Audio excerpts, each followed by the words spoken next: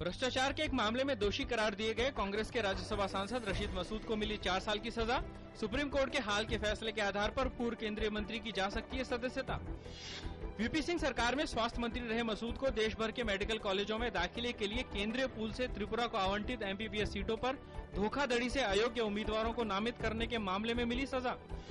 कांग्रेस नेता जगदम्बिका पाल ने रशीद मसूद को मिली सजा पर प्रतिक्रिया देते हुए कहा कि अदालत के फैसले के बाद अगर उनकी संसद सदस्यता समाप्त हो जाती है और ऊपरी अदालत से उन्हें बरी कर दिया जाता है तो ऐसे में बड़ी समस्या उत्पन्न हो जाएगी। भारतीय जनता पार्टी ने रशीद मसूद पर आए न्यायालय के फैसले का स्वागत किया। फैसले पर प्रतिक्रिया व्यक्त करते हुए भारतीय जनता पार्टी के नेता मुख्तार अब्बास नकवी ने कहा कि ऐसे फैसलों से भ्रष्टाचार के मामले पर कड़ा संदेश जाएगा।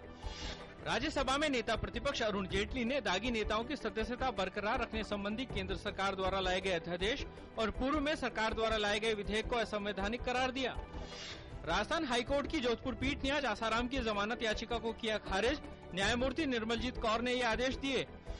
कृषि मंत्री शरद पवार ने खाद्य सुरक्षा कानून लागू करने के लिए बाहर से अनाज खरीदने के बजाय घरेलू खाद्यान्न उत्पादन बढ़ाने पर दिया जोर। केंद्रीय खाद्य मंत्री केवी थॉमस ने राज्यों से लाभार्थियों की पहचान करने के लिए निष्पक्ष और पारदर्शी तंत्र अपनाने को कहा। केंद्रीय मंत्री ने कहा कि खाद्य सुरक्षा कानून के सफल क्रियान्वयन के लिए लाभार्थियों की पहचान, आपूर्ति एवं भंडारगृहों का निर्माण महत्वपूर्ण मुद्दे। कई राज्यों के खाद्य मंत्रियों ने कहा कि वो खाद्य सुरक्षा लागू करने की दिशा में आगे बढ़ रहे हैं। कई राज्यों ने इससे राज्यों पर पड़ने वाले अतिरिक्त बोझ को लेकर अपनी चिंताएं भी जाहिर की। प्रतिबंधित संगठन सिमी के 6 संदिग्ध सहित 7 कैदी मध्य प्रदेश के खंडवा की जेल से भागे। 1 की गिरफ्तारी, 6 की तलाश जारी। गृह मंत्रालय ने मांगी रिपोर्ट। राजस्थान की गहलोत सरकार में दुष्कर्म के आरोपों से घिरे पूर्व मंत्री बाबूलाल नागर को आज कांग्रेस से निलंबित कर दिया गया। सूत्रों ने बताया कि अखिल भारतीय कांग्रेस कार्य समिति के निर्देश पर नागर की सदस्यता निलंबित की गई।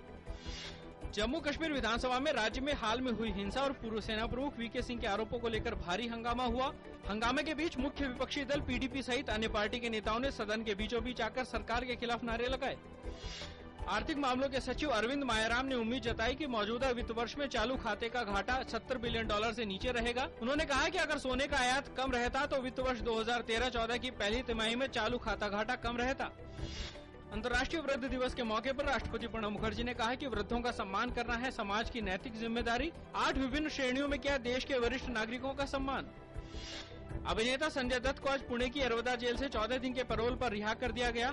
संजय दत्त गैरकानूनी ढंग से हथियार रखने के मामले में 5 साल की सजा भुगत रहे हैं। सजा मिलने के कारण संजय दत्त 22 मई से पुणे की यरवदा जेल में बंद हैं। शेयर बाजार में देखी गई तेजी। सेंसेक्स आज 137 अंक की बढ़ोतरी के बाद 19,517 पर पहुंचा। निफ्टी 45 अंक मजबूत होकर 5,780 पर हुआ बंद। पीठ की चोट से परेशान ऑस्ट्रेलियाई कप्तान माइकल क्लार्क आने वाले भारत ऑस्ट्रेलिया सीरीज में नहीं हो सकेंगे शामिल। क्लार्क की अनुपस्थिति में उप कप्तान जॉर्ज बेली संभालेंगे टीम की कमान।